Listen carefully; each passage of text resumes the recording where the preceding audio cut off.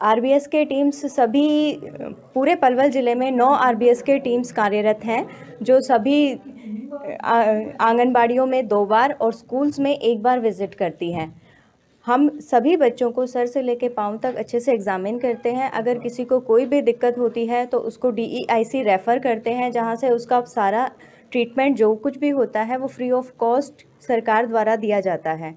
और लोगों से अपील है कि जैसे ही उनका बच्चा पैदा होता है तो डिलीवरी के जो भी गर्भवती महिलाएं हैं वो डिलीवरी सरकारी अस्पताल में ही कराएं, ताकि वहाँ फ़ौरन एएनएम बहन जी या आरबीएस की टीम उनके बच्चों को स्क्रीन कर सकें। अगर किसी वजह से कहीं और डिलीवरी होती है तो पैदा होते ही बच्चे को एक बार आरबीएस के टीम्स के पास स्क्रीनिंग के लिए ज़रूर लेके आएँ, क्योंकि कुछ चीज़ें ऐसी होती हैं जिन्हें माँ बाप नहीं पहचान पाते।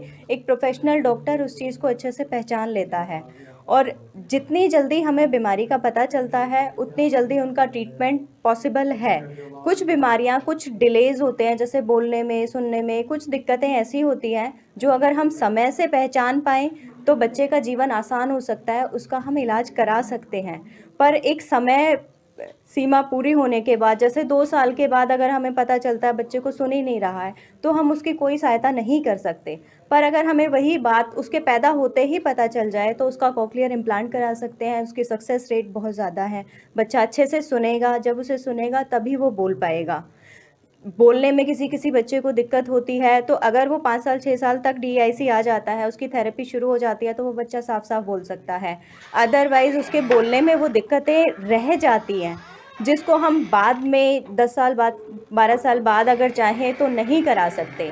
बड़ा होने के बाद हम उस चीज़ का इलाज नहीं कर सकते। जो राष्ट्रीय बाल स्वास्थ्य कार्यक्रम है, ये ज़िला पलवल में पूरे ब्लॉक लेवल्स तक जो है वो चलाया जा रहा है। इसमें हमारी 9 आरबीएसके की टीम्स हैं, जो क्या करती हैं कि आंगनबाड़ी पर साल में 2 बार और स्कूल्स में साल में 1 बार बच्चों की स्क्रीनिंग करती हैं। उसमें बर्थ डिफेक्ट आते हैं, डेफिशिएंसीज़ आती हैं, डिजीज़ेज़ होती हैं और डेवलपमेंटल डिले के बच्चों को उसमें कवर किया जाता है।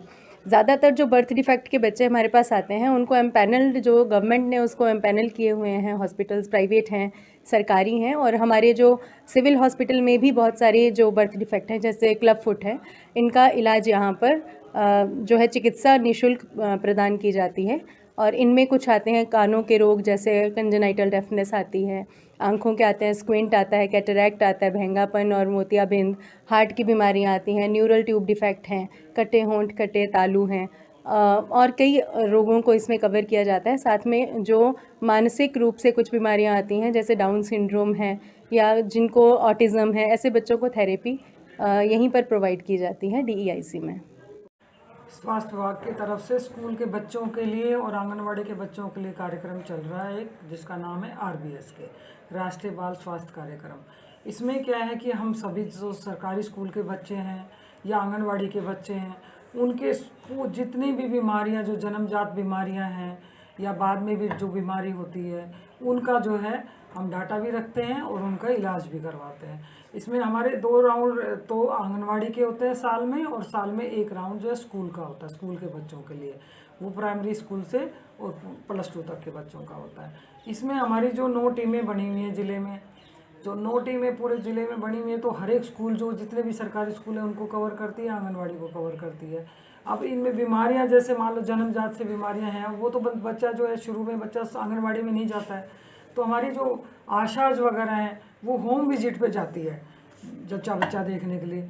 तो वो हमारी आशाज बताती हैं कि इस बच्चे को मान लो कोई जन्मजात बीमारी है, वो हमारी टीमों को बताती हैं। फिर हमारी टीमें जो उस बच्चे का फॉलोअप करती है, जैसे कि किसी बच्चे के टेढ़े पाँव हैं या हार्ट की बीमारी है, या कोई मतलब कई बार होता है बच्चे का सिर बड़ा है, छोटा है, या डाउन सिंड्रोम है, या जो भी बच्चे में जन्मजात से, वो हमारी टीमें उसको सिर से लेके पाँव तक एग्जामिन करती है।